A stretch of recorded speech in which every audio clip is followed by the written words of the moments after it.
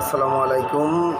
সকল ভাইরা ভালো থাকেন, সচেতন থাকেন। লাইভে আইছি আমি।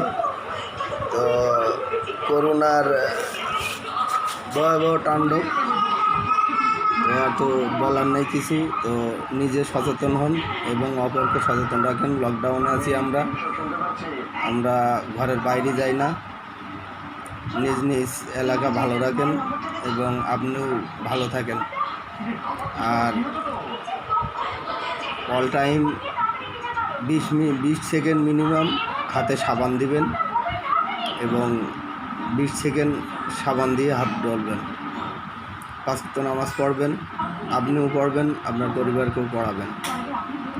তো আশা করি সবাই ভালো থাকবেন। কিছু বলবো না, আপনারা সবাই ভালো থাকবেন, আমাদের জন্য দোয়া করবেন। আসসালামু আলাইকুম।